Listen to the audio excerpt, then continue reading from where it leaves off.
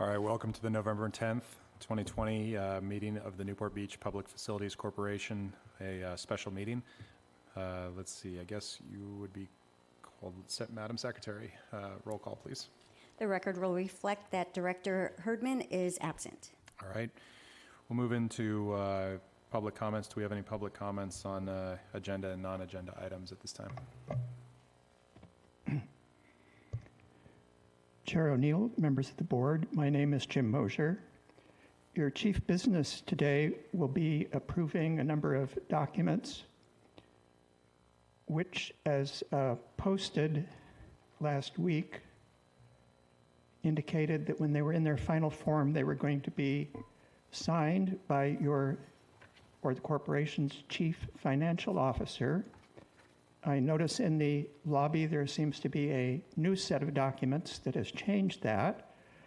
Nonetheless, I wanted to observe that when the corporation last met in August, it had what I thought was a highly competent chief financial officer. So when the agenda came out last Thursday, I was surprised to see it listed Assistant City Manager Carol Jacobs as the interim chief financial officer. I was going to comment that I thought the public deserved to know what was going on.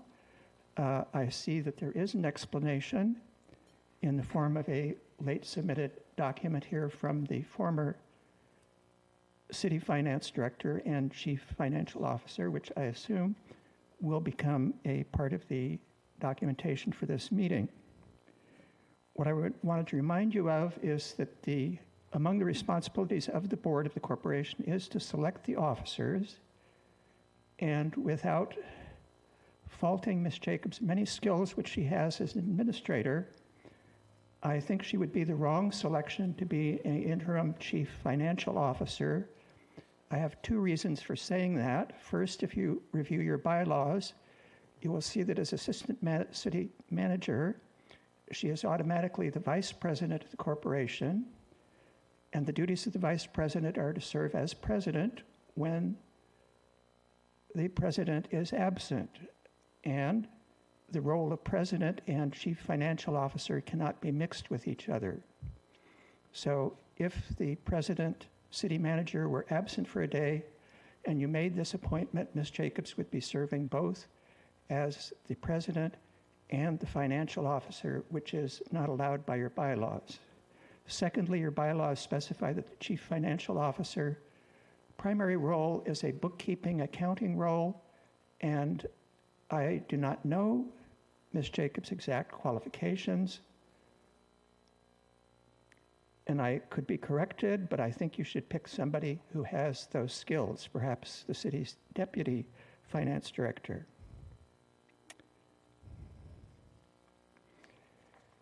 In any event, good luck with your meeting. Thank you. Thank you. Any other public comments in the community room? Any calls? All right, we'll bring it back. Mr. Harp, any thoughts on the bylaws discussion? Well, I think that definitely the documents the way they're set up now is to have the city manager execute, so I don't think there's any issue related to what Mr. Mosher was discussing. And that's the amended documents that you've just referenced? That's correct. All right, we'll move into current business. Before we do so, Mr. Muldoon. Yes, thank you, Mr. Mayor. Or I should say, is it chairperson? That's something. Chairperson, on this item, I have a conflict because after we voted on the item, the design came forward. The design had a component that involves undergrounding and can involve telecommunications, so I always like to be cautious, so I would be recusing myself on this item as it relates to prior employment and telecommunications. Thank you. Thank you.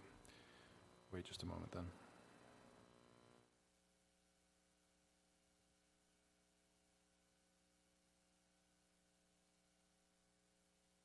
All right. Do we have a staff report on this item? Yes, good afternoon, board members, and thank you. Jim Houlihan, our Deputy Director, City Engineer, will be giving a staff report on the station, and then our Finance Deputy Director, Steve Montana, will be discussing the finance with you tonight.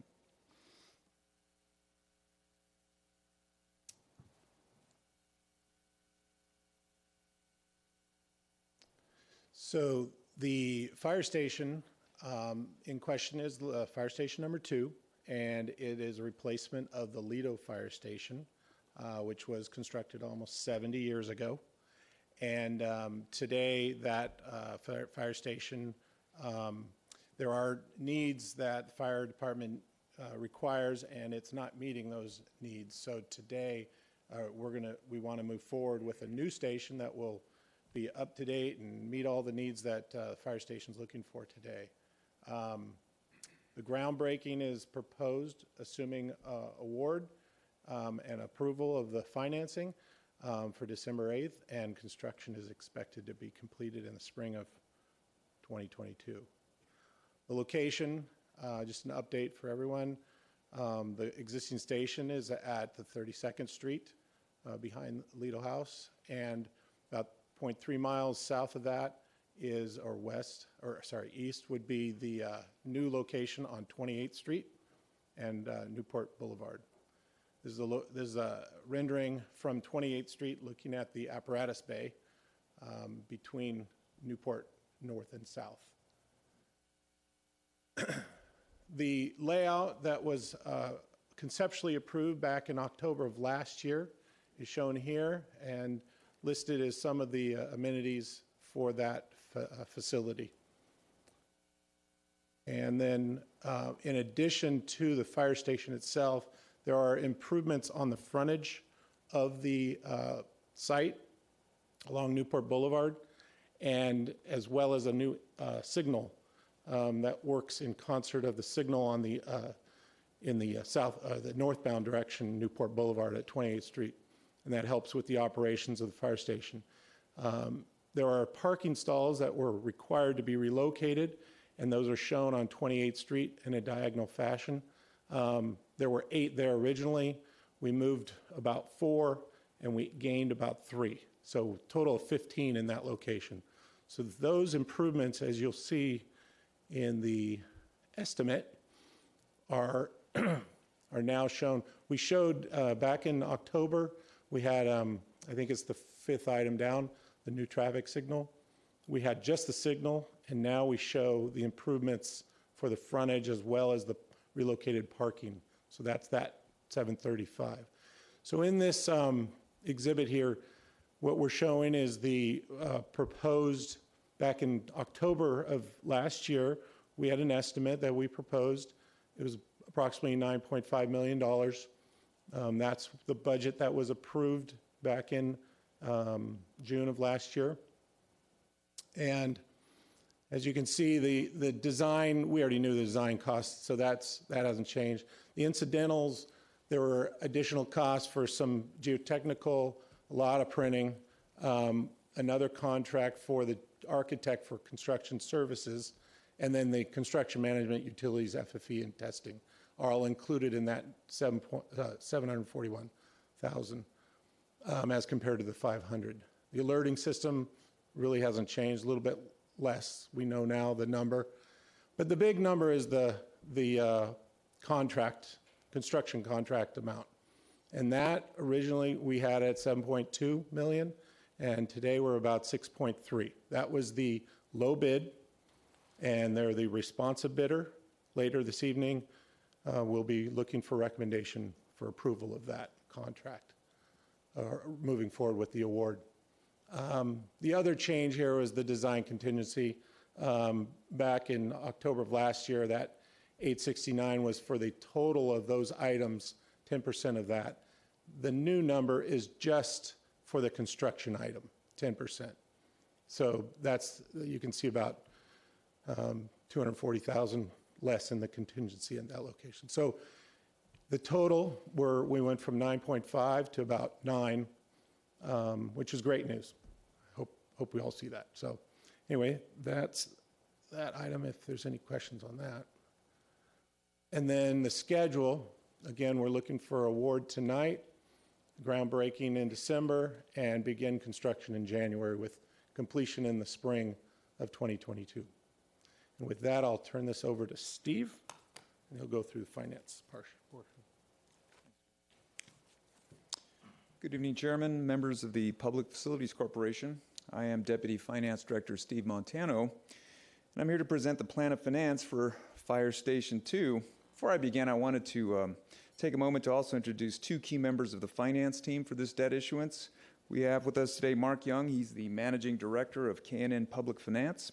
He is our independent registered municipal finance advisor. We also have with us Brian Forbath. He's the attorney for the law firm Stradling, Yoka, Carlson, and Rolfe. He is our bond and disclosure counsel. So together today we can answer any questions you may have. As was done with the financing for the construction of the Civic Center, the city will execute a lease, what's called a lease-leaseback agreement with the Public Facilities Corporation to finance all the construction costs for the fire station. This will involve the sale of certificates of participation to generate revenue for the construction costs. The city will budget for and make the lease payments annually, and the property will be secured with all appropriate and required insurance. The COPs will be secured through the leaseback structure, whereby the city will lease to and lease back from the Public Facilities Corporation the Corona Del Mar and Santa Ana Heights fire stations. These properties will be used to secure the certificates of participation.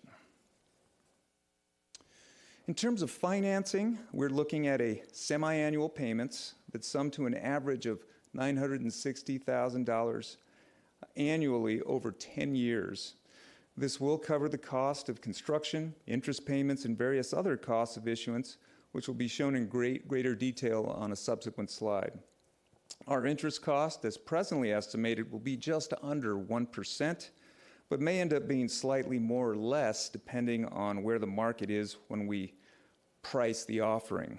We are scheduled to do this next Tuesday, so we'll have more information then. So Steve, on this slide, there you go, perfect. On this slide, so when we received the K&N analysis, one of the things if anyone's following at home, PFC 1-12, there's a discussion about it on Exhibit B that came from an evaluation done August of this year where they're showing true interest cost at 0.6%. So this one's showing 0.9. Is it just market fluctuation? Yes, that is true, and from what I understand, it is now lower than that, but there's word that it may be going up. They are on the rise again, so it's just a daily fluctuation. Okay. Yeah.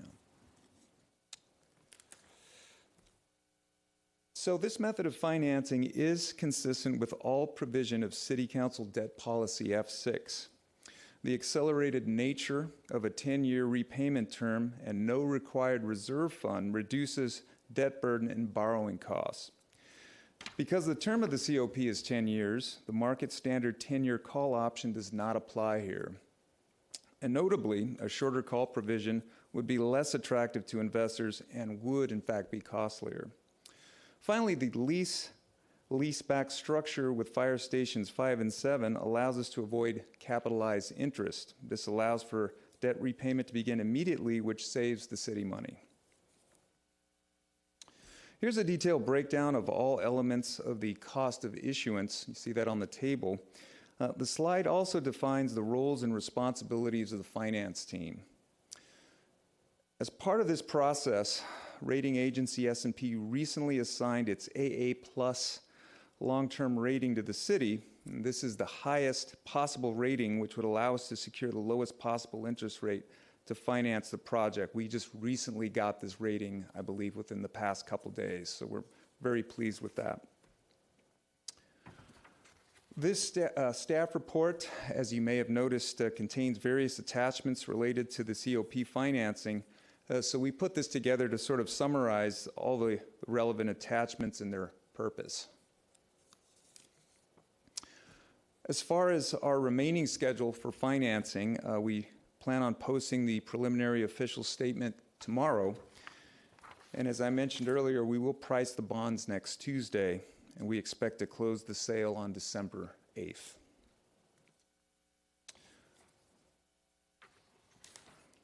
So to conclude my presentation, we recommend that the corporation find this project exempt from CEQA Section 15332, and that the corporation adopt the resolution authorizing the preparation, sale, and delivery of COPs not to exceed $10 million principal amount.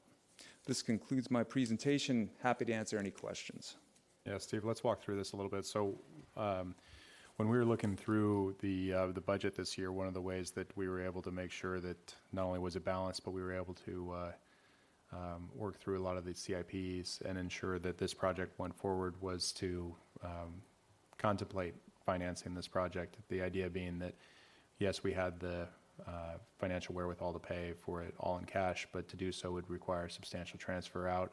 And then we would be needing to make up essentially the amount of money that we would be taking on in financing. We'd be needing to make that up into the facilities financing plan in the going forward. So when we're looking at interest rates below 1% right now on the true interest cost, we're essentially that interest cost is essentially buying the fiscal stability of not needing to do a $10 million project, or I guess a little over $9 million project all at once, but instead spread it over time, so that if for some reason we saw our local economy shut down again, and we saw tax revenues decrease substantially in the coming months, if not year, that the interest costs on this, what we're really doing is we're using that interest cost to buy the financial stability over the next, perhaps 3 to 5 years. If that's how I've understood it. Yes, that's true. Those are all the prudent reasons why we're financing this fire station at this time. And the reason, and admittedly, debt has been a discussion in the city for a while now, but one of the reasons that we're looking at a no-call provision on a 10-year is because you normally wouldn't have you wouldn't have a call provision before 10 years if it was a longer debt issuance anyway, so just keep the no-call in at 10 years. That's correct. Okay. And then the analysis that we've got, the K&N discussion with the substantial amount of information, that all complies with the updated debt policy that the city council. Yes, it does. Yes, it in fact does. Okay. Ms. Dixon. Thank you, Steve, and thank you, Mr. Chairman. Just wanted to voice my support for this, and it's because of the city's fiscal discipline for many, many years that we are in a position with the high credit and bond rating that we have, and given the financial challenges that cities face today, we're able to meet, as the mayor just said, we're able to meet our capital funding requirements by putting this into this financial mechanism that allows us to protect the city as well as to build a much needed fire station without compromising our other capital projects. So as the representative for this district where this new fire station will be for the first time in over 70 years, I'm very pleased with how this financing package was put together, and I commend staff for putting it together. Thank you very much. Thank you. Mr. Avery. I'm just interested in how common this financing option is used by other cities of similar bond ratings to us. Oh, it is a very common financing option among cities, especially in California, when they are otherwise constrained in many other ways. This is a very common method of financing. Right, and then when was the last time interest rates were this low for this kind of financing? It's unprecedented, actually. Yes. Yeah. Thank you. Okay. All right. See no further questions or comments up here. We'll go out to members of the public and see if we have any when we come back. All right. At this time, I'll open public comment. We'll go to the community room first.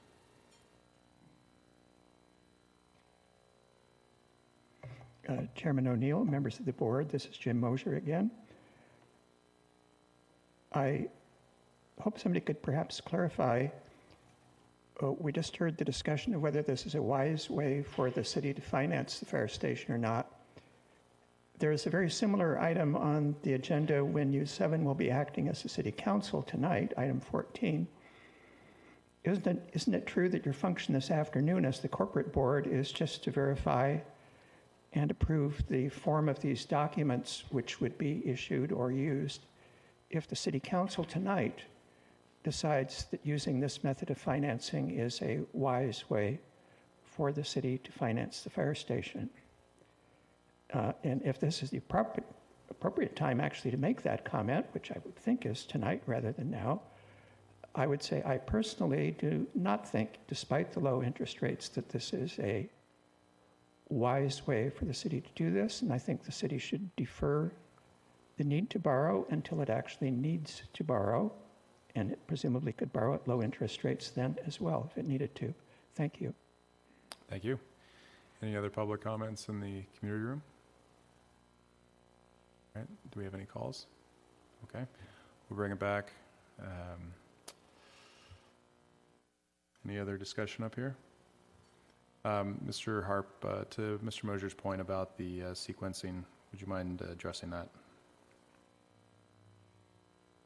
Or at least the effect, perhaps, of a motion if made. Yeah, right now, what you're doing is you're basically approving the documents, and then tonight is the final action you'll take to actually move forward. Okay, Is that? that does. Thank you. All right, any other discussion or a motion? May I make a motion? Yes, to- please. To approve the resolution? Please. All right, do we have a second? Second by Mr. Avery. Any discussion? All right, seeing none, we'll go ahead and vote.